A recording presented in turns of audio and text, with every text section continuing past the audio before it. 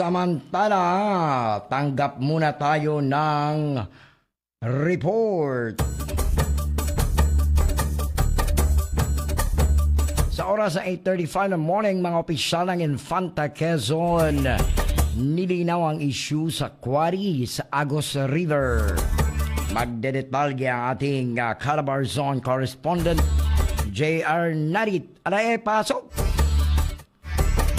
Yes, Ricky, good morning.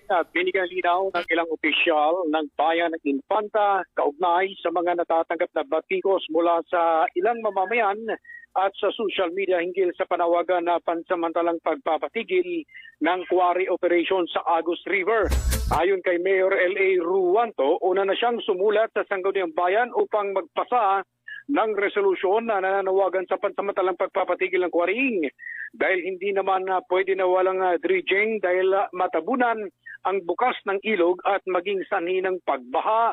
Ayon naman kay Konsyal Maxiel Rodrigo Mortis Jr., nagpasa na sila ng resolusyon na humihiling sa BMRB at Team GB Region 4A na mag-issue ng stoppage order at hanggang ngayon ay naghihintay pa sila ng immediate action.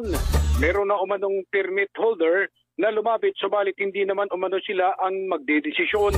Sinabi naman ni Konsyal Ronald Yu na kaya sila humiling ng pagpapatigil ay para ma-validate nila ang mga existing permit kung meron bang lumalabag o may mga structure na nasasagasaan sa pwedeng masira. Samantala, nilinaw din ni Mayor Eli Ruanto sa kanila sa LGU ay may proseso silang iginagalang. Mula umano nang maupo siya bilang alkalde, ay wala siyang napirmahan na dredging. Idinagdag pa nito na okay lang pumuna basta tama ang pagpuna. Sinabi naman ni Mortis na nakakabasa siya sa social media na pinapabayaan ng mga namumuno. Madali umano na sabihin ay patigil pero dapat may kaakibat na batas. Sa mga namumuna, umano pwede silang magtulong-tulong para magawa ng tamang aksyon na naayon sa batas.